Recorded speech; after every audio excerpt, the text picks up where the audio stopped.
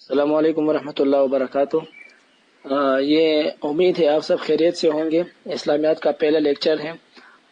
میں audio lecture آپ کے CR کو فارورڈ کر کے وہ پھر آپ کو فارورڈ کریں گے، اور اگر پھر کوئی مسئلہ ہو یا کوئی بات پوچھنی ہو تو آپ فریلی پوچھ سکتے ہیں مجھ سے۔ اسلامیات کا جو آپ کا سلیبس ہے، کورس آؤٹ لائن ہے، وہ مجھے سر داؤد نے فارورڈ کیا ہے، اور اس کے مطابق KMU سے ایک بک پبلش ہوتا ہے، خیبر میڈیکل یونیورسٹی اسلامیات لازمی برائے میڈیکل کالجز و ملحقہ ادارہ جات، اس نام پہ پروفیسر ڈاکٹر محمد حفیظ اللہ وائس چانسلر کے زیر نگرانی وہ شائع ہوا تھا، پبلش ہوا تھا۔ تو اگر آپ لوگ بک کو پڑھنا چاہتے ہیں تو اس بک کو آپ لوگ فالو کر سکتے ہیں۔ ہمارا پہلا ٹاپک جو ہے وہ وہی ہے، وہی کی ضرورت کیا ہے، اور اس طرح اسلام کے بنیادی کیا عقائد ہے، اس میں عقید توحید پر ہم بات کریں گے آج کے لیکچر میں۔ پھر انشاءاللہ مسلسل اور لیکچرز پہ کورس آؤٹ لائن کو انشاءاللہ فالو کر کے مکمل کریں گے۔ سب سے پہلے یہ جان لیں، یعنی وہی کی ضرورت اور اس کی اہمیت سے پہلے میں ایک تمہید ماننا چاہتا ہوں، وہ ہے کہ اللہ تعالیٰ نے انسان کو اور جن کو اپنی عبادت کے لیے پیدا فرمایا۔ اللہ تعالیٰ فرماتے ہیں وَمَا خَلَقْتُ الْجِنَّ وَالْإِنسَ إِلَّا لِيَعْبُدُونِ، کہ میں نے انسان اور جن کو صرف اور صرف اپنی عبادت کے لیے پیدا فرمایا ہے۔ اور إِلَّا لِيَعْبُدُونَ کا مطلب ہے نہیں اپنی عبادت کے لیے۔ رئیس المفسرین حضرت عبداللہ ابن عباس رضی اللہ تعالیٰ عنہما فرماتے ہیں کہ انسان اور جن یہ اللہ تعالیٰ نے اپنی عبادت کے لیے، اور یہ الا لیعبدون کا مطلب ہے الا لیعرفون، یعنی اللہ تعالیٰ نے انسان اور جن کو اپنی معرفت کے لیے پیدا فرمایا ہے۔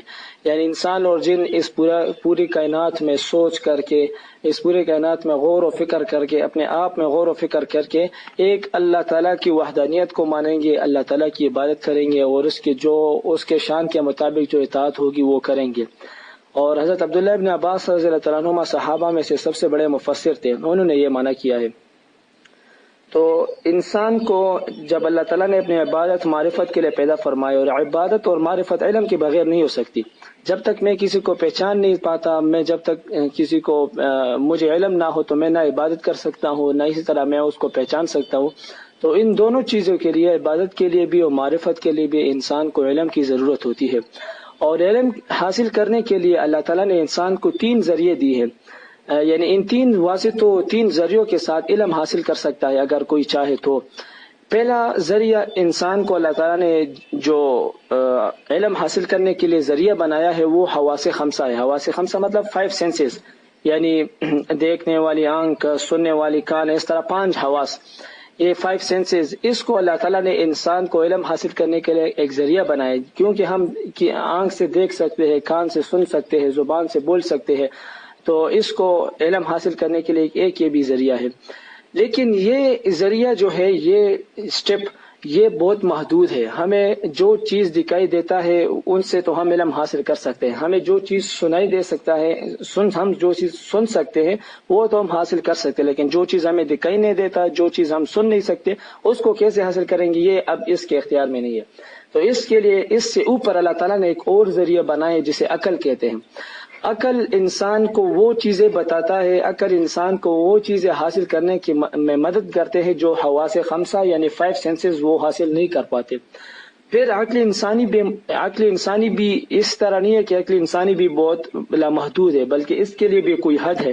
عقل انسان کا عقل بھی دھوکہ کھا سکتا ہے۔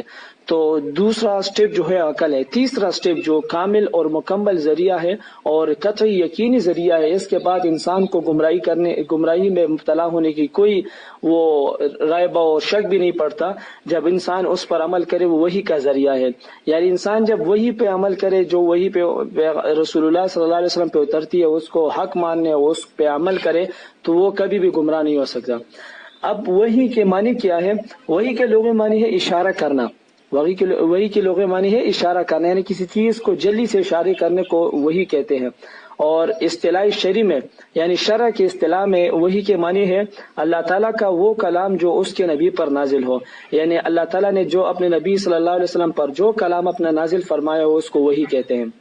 ایک بات یاد رکھیں کہ حدیث کو بھی وحی کہا جاتا ہے، حدیث کو بھی وہی کہا جاتا ہے۔ اس پر دلیل کیا ہے؟ میں دلیل پیش کرتا ہوں۔ اللہ تعالیٰ سورۃ النجم میں فرماتا ہے وَمَا يَنْطِقُ عَنِ الْهَوَىٰ، یہ پیغمبر علیہ الصلوۃ والسلام رسول اللہ صلی اللہ علیہ وسلم اپنے آپ سے کوئی بات ہی نہیں کرتا، ان هو الا وحی یوحیٰ، مگر جو اسے وحی کی جاتی ہے وہ بیان کرتا ہے۔ تو وہی بھی حدیث بھی ایک وحی ہے، لیکن پھر وہی دو قسم پر ہے. ایک وہ وحی ہے جس کی تلاوت کی جاتی ہے، وہ صرف قرآن کریم ہے، اور ایک وہ وحی ہے جس کی تلاوت نہیں کی جاتی، وہ صرف وہ حدیث رسول ہے.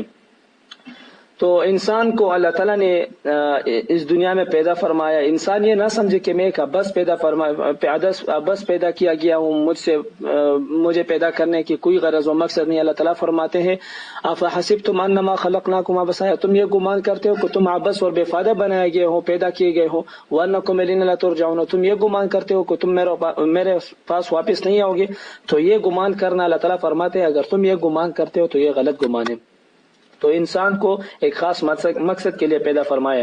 اللہ تعالیٰ نے انسان کو اصول اور خاص نہج بتائے ہیں کہ ان پر عمل کر کے، ان راستے پہ چل کے میری طرف آنا ہے. تو اللہ تعالیٰ نے رسول اللہ صلی اللہ علیہ وسلم کے ذریعے انبیاء علیہ الصلوۃ والسلام کے ذریعے وحی کی ابتدا فرمائی. حضرت آدم علیہ الصلوۃ والسلام پہلے نبی تھے، ان کو وحی فرمائی. حضرت محمد مصطفیٰ صلی اللہ علیہ وسلم آخری نبی ہے، ان پر وحی کا اختتام ہوا. اور اللہ تعالیٰ نے آیت نازل فرمائی الیوم اکملت لکم دینکم، کہ حجۃ الوداع کے موقع پر حضرت محمد صلی اللہ علیہ وسلم کو یہ وحی نازل فرمائی کہ آج کے دن اکملت لکم دینکم، میں نے تمہارا دین تمہارے لیے تمام کر دیا، مکمل کر دیا. واتممت علیکم نعمتی، اور اپنی نعمتیں تم پر پوری کر دی. ورضیت لکم الاسلام دینا، اور تمہارے لیے اسلام کو دین پسند کیا. تو وہی ایک ذریعہ علم ہے، اور وہی اسے لغوی معنی وہی کے اشارہ کرنا، اور اصطلاحی معنی ہے یعنی اللہ تعالیٰ کا وہ کلام جو اپنے نبی پر نازل فرمائے. اب عقیدہ کیا ہوتا ہے؟ عقیدہ، عقائد ہم کہتے ہیں عقائد ہے. عقائد عقیدہ کی جمع ہے. عقیدہ لفظ عقد سے نکلا ہے، اور اس کے معنی ہے گرہ لگانا، وعدہ کرنا، باندھنا، عہد و پیمان کرنا. عقد کے معنی بندھن اور معاہدے کے بھی ہوتے ہیں. جیسے عہد نکاح میں میاں بیوی ایک دوسرے کے ساتھ بالکل ابدی طور پر بندھن یعنی معاہدہ کر کے ایک دوسرے کے ساتھ وہ مل جاتے ہیں. اسی طرح عقد بیع، خرید و فروخت میں عقد ہوتا ہے، اس میں بھی معاہدہ ہوتا ہے. عقد صلح تو عقد کا اطلاق ان چیزوں پر بھی ہوتا ہے. اور عقیدہ کا مفہوم یہ ہے کہ ایسی سخت اور ایسی بندھی ہوئی چیز، ایسا معاہدہ جو آسانی سے نہ کھل سکے. تو ہمارے نظریات جو ہوتے ہیں، ہمارے عقائد جو ہوتے ہیں، ہمارے عقائد کا مطلب یہ ہوگا کہ وہ اسلامی اصول، وہ اسلامی اصول یا وہ اسلامی افکار یا وہ اسلامی خیالات کہ جن پر اسلام کی بنیاد مضبوطی پر قائم ہو. اسلامی اصول کو، اسلامی عقائد کو، اسلامی نظریات کو، خیالات کو عقائد کہتے ہیں. اور عقائد اسلام کے اصول ہے، اصل ہے، بنیاد ہے. اور یہ سارے جو اعمال ہے یہ اسلام کے فروع یعنی عمل جو اس عقائد کے بعد بنتے ہیں. اگر کسی کا عقیدہ درست نہ ہو، اگر وہ پورے زندگی بھی عمل کرے، نیک عمل کرے، اس کا یہ عمل قبول نہیں ہے. اسی لیے تو کافر کو جب وہ بہت نیک عمل کرے، صدقے کرے، خیرات کرے، لیکن اگر وہ ایمان نہ لائے، اپنے عقیدے کو درست نہ کرے تو وہ مومن نہیں ہے. جب وہ مومن نہیں ہے تو ان کا وہ نیک عمل اس کو کوئی فائدہ نہیں پہنچا سکتا. تو عقائد پہلے درست کرنے ہوں گے، اس کے بعد پھر اعمال کا مرتبہ آتا ہے. اگر عقیدہ درست نہ ہو تو عمل معتبر نہیں ہوتا، پھر عمل مقبول نہیں ہوتا. تو عقائد میں سے سب سے پہلا عقیدہ توحید کا ہے. ہم ایمان مفصل میں کہتے ہیں نا کہ آمنت باللہ وملائکتہ وکتبہ ورسلہ والیوم الآخر والقدر خیرہ وشرہ من اللہ تعالی والبعث بعد الموت. یعنی آمنت باللہ، میں اللہ پر ایمان لایا. تو اللہ تعالیٰ پر ایمان لانے کا مطلب کیا ہے؟ اللہ تعالیٰ کو واحد ماننا، اللہ تعالیٰ کو تمام شرکا سے پاک ماننا، اللہ تعالیٰ کو کسی کو بھی اللہ تعالیٰ کے ساتھ شریک نہ ٹھہرانا، کسی کو بھی اللہ تعالیٰ کے مماثل مثل نہ سمجھنا. ایسے کوئی بھی چیز یعنی اللہ تعالیٰ کو واحد ماننا، لا شریک ماننا، کوئی بھی چیز اللہ تعالیٰ کے مثل نہ ماننا، ایسی کوئی بھی چیز نہ ماننا کہ وہ اللہ تعالیٰ کو عاجز کر سکے. اللہ تعالیٰ قادر ذات ہے، اللہ تعالیٰ قدیم ذات ہے، یعنی اس پر کوئی عدم نہیں ہے، وہ پہلے سے ہیں. اور اسی طرح نہیں ہے ہماری طرح جیسے پہلے نہ تھے تو پھر بعد میں بن گئے، پھر بعد میں پیدا کیا گیا. اللہ تعالیٰ ابد الابد سے اور ابد الاباد تر ہمیشہ تک رہیں گے. کل من علیہا فان، ہر ذی نفس، ہر جاندار پر فنا ہونے والا ہے، ہر کوئی شخص فانی ہے. وَيَبْقَى وَجْهُ رَبِّكَ ذُو الْجَلَالِ وَالْإِكْرَامِ، ایک اللہ رب العزت کی ذات ہے جو ہمیشہ باقی رہے گا. تو لا عقیدت توحید کا کیا مطلب ہے؟ توحید کا لغوی معنی ہے ایک ماننا، یکتا جاننا، اور اصطلاحی دین میں اس کے معنی ہے کہ ہمارے پیدا کرنے والے اور ہمارے پروردگار کو ایک ماننا، بے مثال ماننا، اور صرف اسی کو عبادت کے لائق سمجھنا اور کسی کو بھی عبادت کے لائق نہ سمجھنا، عبادت عقیدت توحید ہے۔ میں ایک بات آپ کو بتاؤں کہ لفظ اللہ کا کیا مطلب ہے۔ ہم اکثر کہتے ہیں کہ اللہ تعالیٰ کی ایسی ذات ہے، اللہ تعالیٰ یہ ذات ہے، اللہ تعالیٰ وہ ذات ہے، اللہ تعالیٰ کی یہ صفت ہے، وہ صفت ہے۔ لفظ اللہ کا مطلب کیا ہے؟ لفظ اللہ کا لغوی معنی علماء فرماتے ہیں کہ لفظ اللہ کا لغوی معنی ہے معبود برحق، یعنی وہ معبود جو حق معبود ہو، یعنی اس کے ساتھ کوئی شریک نہ ہو۔ اور اصطلاح میں لفظ اللہ اس ذات واجب الوجود کا نام ہے جو تمام کمالی صفات کے لیے جامع ہو۔ یعنی واجب الوجود کا مطلب ہے جس کا وجود خود ہو، وہ کسی سے اپنے وجود کے بارے میں محتاج نہ ہو۔ جیسے ہم ہیں، ہم انسان، یہ تمام کائنات، یہ ہمارا سب وجود جو ہے یہ اللہ تعالیٰ کی طرف سے ہے، اللہ تعالیٰ نے ہمیں پیدا فرمایا، تو اللہ تعالیٰ واجب الوجود۔ اور اسی طرح اللہ تعالیٰ تمام کمالی صفات، یعنی رحمت کمال کا صفت ہے، اسی طرح قدوس کمال کا صفت ہے، قہر کمال کا صفت ہے، محبت کمال کا صفت ہے، اس طرح لطف کمال کا صفت ہے۔ ان تمام کمالی صفات کو اللہ تعالیٰ اس کا جامع ہے، یعنی تمام صفات اللہ تعالیٰ میں موجود ہے، بیک وقت سب موجود ہے۔ تو میں اپنی بات کی طرف آتا ہوں کہ توحید کا مطلب کیا ہے۔ توحید کا مطلب ہے اللہ تعالیٰ کو ایک ماننا اور صرف اسی کو عبادت کے لائق سمجھنا۔ حضرت آدم علیہ السلام سے لے کر حضرت محمد مصطفیٰ صلی اللہ علیہ وسلم تک تمام انبیاء کا واحد مقصد، اور تمام انبیاء نے جو مشترکہ طور پر جو تمام انبیاء نے اپنے امت کو دعوت دیا ہے وہ توحید کا دعوت دیا ہے۔ یعنی وہ فرماتے تھے یا ایھا الناس، اے لوگو، قولوا لا الہ الا اللہ، آپ سب لا الہ الا اللہ پڑھو، لا الہ الا اللہ مانو، تفلحون، آپ کامیاب ہو جاؤ گے۔ تو توحید یہ اللہ تعالیٰ کی صفت ہے اور بنیادی عقیدہ توحید ہے۔ اسی طرح تو اگر ہم اللہ تعالیٰ کو ایک نہ مانیں اور اگر کوئی توحید کا منکر ہو جائے تو یہ تو عقل کے خلاف بات ہے، بالکل اسی طرح، کیونکہ اللہ تعالیٰ فرماتے ہیں لو کان فیہما آلہۃ الا اللہ لفسدتا، اگر آسمان اور زمین میں خدا کے سوا اور معبود ہوتے تو زمین اور آسمان درہم برہم ہو جاتے۔ جو باتیں یہ لوگ بتاتے ہیں خدا مالک عرش ان سے پاک ہے، فسبحان اللہ رب العرش عما یصفون۔ تو اللہ تعالیٰ قرآن پاک میں یہ ایسی دلیل ہے جس کو عام آدمی بھی سمجھ سکتا ہے۔ یعنی آپ کے کتاب میں لکھا ہے کہ ایک گھر کے دو والی ہو، یعنی ایک خاندان کے دو بڑے ہو، دو رئیس ہو، اگر وہ خاندان بھی پھر صحیح طور سے نہیں چل سکتا، کیونکہ ایک بڑا ایک حکم دے گا، دوسرا بڑا اس کے مخالف حکم دے گا۔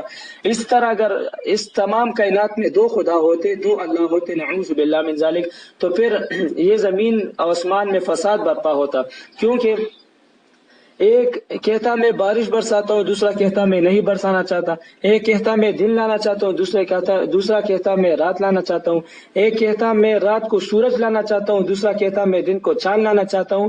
تو گویا کائنات میں ایک زبردست کشمکش برپا ہو جاتی اور اس کا نتیجہ فساد اور بگاڑ ہوتا۔ تو ہمیں ہر طریقے سے اللہ تعالیٰ کو ایک واحد ماننا ہے، کامل اور اکمل ماننا ہے، واجب الوجود ماننا ہے، عبادت کے لائق اسی کو ماننا ہے، کمزوری، احتیاج، مجبوری سے بالا تر اور پاک ماننا ہے۔ تو اللہ تعالیٰ خود، اگر ہم قرآن مجید میں دیکھ لیں، قرآن مجید پڑھ لیں، اللہ تعالیٰ خود ان پر رد فرماتے ہیں کہ اللہ سمجھ ذات ہے، اللہ تعالیٰ سب سے بے نیاز ہے۔ بے نیاز کیا مطلب؟ غیر اللہ تعالیٰ کسی کا محتاج نہیں ہے، اللہ تعالیٰ ایک ہے، وَإِلَٰهُكُمْ إِلَٰهٌ وَاحِدٌ، اللہ تعالیٰ تمہارا رب ایک ہے۔ تو وہ سب سے بڑا جاہل ہوگا جو اللہ تعالیٰ کو ایک نہیں مانتا، کیونکہ اتنی بڑی صفات اور اتنے بڑے اللہ تعالیٰ نے انسان کو عقل عطا فرمایا، اور اس کے بنیاد پر بھی اگر وہ نہ سمجھ سکے، اسی لیے تو ہمارے امام حضرت امام ابو حنیفہ رحمۃ اللہ علیہ فرماتے ہیں اس کوئی انسان پہاڑوں میں رہتا ہو اور اس کو کوئی بھی دین کی دعوت نہ پہنچے تو پھر بھی اس پر توحید واجب ہے، یعنی اس پر یہ واجب ہے کہ وہ اللہ تعالیٰ کو ایک مانے، کیونکہ اللہ تعالیٰ نے اس کو عقل عطا فرمائے، وہ اپنے عقل کے ذریعے اس تمام کائنات میں غور و فکر کرے کہ ایک چھوٹی سی چیز بغیر بنانے والے کی نہیں ہوتی، یعنی بنانے والا اس کا خود بخود ہوتا ہے۔ تو اس تمام کائنات کا بنانے والا کون ہے، اس پر غور و فکر کر کے پھر اللہ تعالیٰ کو ماننے۔ حضرت امام شافعی سے ایک ملحد نے سوال کیا، ملحد مطلب بے دین، ایک ملحد نے سوال کیا کہ خدا کے وجود کی دلیل کیا ہے؟ تو حضرت امام شافعی رحمہ اللہ نے فرمایا سامنے والا شہتوت کا درخت یہ اللہ تعالیٰ کی وحدانیت کا دلیل ہے۔ اس نے حیران ہو کر بولا یہ کس طرح اللہ تعالیٰ کی وحدانیت کی دلیل ہے؟ حضرت امام صاحب نے کہا کہ اس کے پتے کو دیکھو، بظاہر کتنے حقیر نظر آتے ہیں، لیکن ان کی خاصیتوں پر نگاہ ڈالی جائے تو انسان حیرت میں ڈوب جاتا ہے۔ ان پتوں کو اگر ہرن کھائے تو یہ مشک بن جاتا ہے، مکھی کھائے تو یہ شہد بن جاتا ہے، کیڑا کھائے تو یہ ریشم بن جاتے ہیں، اور انہی پتوں کو جب بکری کھا جاتے ہیں تو مینگنوں میں تبدیل ہو جاتے ہیں۔ اور پھر حضرت امام شافعی رحمۃ اللہ علیہ نے فرمایا کیا یہ بات عقل میں آتی ہے کہ ان حقیر پتوں میں یہ مختلف خصوصیات آپ سے آپ آ گئی ہو اور کوئی ان کا پیدا کرنے والا نہیں؟ یعنی ان سب میں یہ خصوصیات تو خود بخود نہیں آتے، خواہ مخواہ ضرور بضرور اس کا کوئی پیدا کرنے والا ہے، اور وہ پیدا کرنے والا یہ سب چیزیں اس کے وجود پر، اس کی وحدانیت پر دلیل ہے۔ اس طرح امام مالک رحمۃ اللہ علیہ نے بھی مختلف دلیل فرمائے۔ امام ابو حنیفہ رحمۃ اللہ میں تفصیل میں نہیں جاتا، لیکن امام مالک صاحب کا ایک دلیل بیان کرتا ہوں۔ حضرت امام مالک صاحب نے خدا کی، اللہ تعالیٰ کی وجود اور اس کی صفات پر گفتگو کرتے ہوئے ایک خوبصورت بات فرمائی ہے۔ انہوں نے فرمایا کہ ابتدائی آفرینش سے اب تک، یعنی جب سے اللہ تعالیٰ نے انسانوں کو، مخلوقات کو پیدا فرمایا ہے، اب تک جتنے بھی انسان پیدا ہوئے ان کی تعداد شمار سے باہر ہے۔ کیونکہ حضرت آدم علیہ السلام سے لے کر اب تک کتنے انسان وجود میں آئے ہیں، کتنے انسان پیدا ہوئے ہیں، کتنے انسان مرے ہوئے ہیں، ان کا تعداد بے شمار ہے۔ لیکن یہ عجیب ماجرا ہے کہ ہر انسان کا چہرہ دوسرے انسان سے کسی نہ کسی حیثیت میں مختلف ہے۔ انسانی چہرہ جسم میں لب و رخسار اور چشم و دندان نظر آتے ہیں، یہ ایک چھوٹی سی چیز ہے، لیکن خالق کائنات ہر چہرے کے اندر کوئی نہ کوئی ایسی امتیازی شان پیدا کر دیتے ہیں کہ وہ دوسرے انسان سے بآسانی ممیز ہو سکتا ہے۔ جس خالق کی قدرت اور طاقت اور حسن تخلیق کا یہ عالم ہو، عقل انسانی اس کے بے حد اور بے حساب صفتوں کا کیا اندازہ لگا سکتی ہے، تاکہ وہ خود ہی ان کو بیان نہ فرمائے۔ اللہ تعالیٰ ایک ہے، اللہ تعالیٰ واحد لا شریک ذات ہے، اور یہ مختلف چیزیں۔ اس طرح توحید کی مختلف قسمیں ہیں۔ ایک توحید کی ذات ہے، یعنی اللہ تعالیٰ کو ذات اور گنتی میں ایک ماننا، جیسے اللہ تعالیٰ فرماتے ہیں قل هو اللہ احد، آپ کہہ دیجئے کہ اللہ تعالیٰ وہ ذات پاک جس کے بارے میں آپ پوچھ رہے ہیں، اللہ وہ یکتا ہے۔ اور اسی طرح توحید فی صفات ہے، اللہ تعالیٰ جیسی صفات کسی اور مخلوق میں نہیں ہے، کسی اور میں موجود نہیں ہے۔ اللہ تعالیٰ خود فرماتے ہیں لیس کمثلہ شیء وهو السمیع البصیر، اور اللہ تعالیٰ جیسی ذات اور صفات اور کسی میں بالکل نہیں ہے۔ توحید فی العبادات یہ ہے کہ اللہ تعالیٰ کو عبادت میں ایک ماننا، یعنی عبادت کے لائق صرف اللہ تعالیٰ ہے۔ ایاک نعبد و ایاک نستعین، اللہ ہم صرف تیری عبادت کرتے ہیں اور تجھ ہی سے مدد مانگتے ہیں۔ توحید فی الاختیار، یعنی کائنات میں جو بھی اختیار ہے صرف اللہ تعالیٰ کے پاس ہے، یعنی اختیار کل، تمام اختیار بندوں کے پاس نہیں ہے، تمام اختیار اللہ تعالیٰ کے پاس ہے۔ اللہ تعالیٰ فرماتے ہیں لہو ملک السماوات والارض، آسمان و زمینوں کی بادشاہی اسی کی ہے۔ للہ ما فی السماوات ما فی الارض، جو زمین و آسمان میں سب کچھ اللہ تعالیٰ کے پاس ہے۔ قیامت کے دن اللہ تعالیٰ فرمائے گا لمن الملک اليوم، آج کے دن کس کی بادشاہت ہے؟ پھر اللہ تعالیٰ خود فرمائیں گے للہ الواحد القہار، ایک واحد قہار ذات کی بادشاہت ہے آج۔ اسی طرح توحید کی قسم توحید فی تصرف ہے، یعنی اس کائنات میں جس قدر تصرف ہوتا ہے، یعنی جو بھی چیز وجود میں آتی ہے، جو بھی چیز ہوتی ہے، یہ سب اللہ تعالیٰ کے اختیار اور تصرف اور ارادے سے ہوتا ہے۔ اللہ تعالیٰ فرماتے ہیں وَيَفْعَلُ اللَّهُ مَا يَشَاءُ، اللہ تعالیٰ جو چاہے وہ کرتا ہے۔ اللہ تعالیٰ کے وجود پر میں نے آپ کو امام شافعی صاحب کی ایک دلیل پیش کی، امام مالک صاحب کی دلیل پیش کی۔ اللہ تعالیٰ خود فرماتے ہیں ما تری فی خلق الرحمن من تفاوت، کیا تو خدا رحمان کی مخلوق اور پیدائش میں، یعنی مخلوقات میں کوئی نقص دیکھتا ہے؟ فرجع البصر، ذرا آنکھ اٹھا کر دیکھ، هل تری من فطور، آیا تجھ کو کوئی شگاف نظر آتا ہے اس میں؟ یعنی سورج اپنے مدار میں چکر لگا رہا ہے، چاند اپنے مدار میں، نہ سورج اپنے مدار سے ہٹتا ہے، نہ چاند سورج کی طرف کھینچ کر جاتا ہے، نہ کبھی ایسا ہوتا ہے کہ رات آتے آتے رک جاتی ہے، نہ کبھی یہ کہ دن جاتے جاتے رہ جاتا ہے۔ قرآن مجید نے اس حقیقت کی طرف یوں اشارہ کیا ہے للشمس ينبغي لها، نہ تو سورج ہی سے ہو سکتا ہے کہ چاند کو جا پکڑے، ان تدرک القمر ولا الليل سابق النهار، اور نہ رات ہی دن سے پہلے آ سکتی ہے، وكل في فلك يسبحون، سب اپنے اپنے دائرے میں تیر رہے ہیں۔ تو یہ اللہ تعالیٰ کی وجود پر مختلف دلائل ہیں۔ اسی طرح اللہ تعالیٰ فرماتے ہیں مختلف من ینجیکم من ظلمات البر والبحر، جب تم جنگلوں اور دریاؤں کے اندھیروں میں سے ہو تو آپ کو ان میں سے تدعونہ تضرعا وخفیہ، تم اس میں عاجزی اور نیاز مندی سے اللہ تعالیٰ کو پکارتے ہو، تو اس سے آپ کو کون نجات دیتا ہے؟ اللہ تعالیٰ فرماتے ہیں میں خود نجات دیتا ہوں۔ تو یہ سب چیزیں اللہ تعالیٰ کی وحدانیت، اللہ تعالیٰ کی ذات پر دلائل ہے۔ اس طرح اگر ہم گفتگو کریں گے تو یہ بہت طویل ہو جائے گا، یہ مختصر 2-3 دلائل آپ کے اپنے پاس رکھیے اور یاد کریں۔ عقیدت توحید کے کچھ اثرات ہیں۔ نمبر 1، جو بھی کوئی اللہ تعالیٰ کو واحد مانے گا، اللہ تعالیٰ کو قادر مطلق مانے گا، اللہ تعالیٰ کو قدیر ذات مانے گا، تو اس کی زندگی میں کچھ اثرات آئیں گے۔ وہ اثرات یہ ہیں کہ پہلا تقوی ہے، یعنی وہ اللہ تعالیٰ سے ڈرے گا۔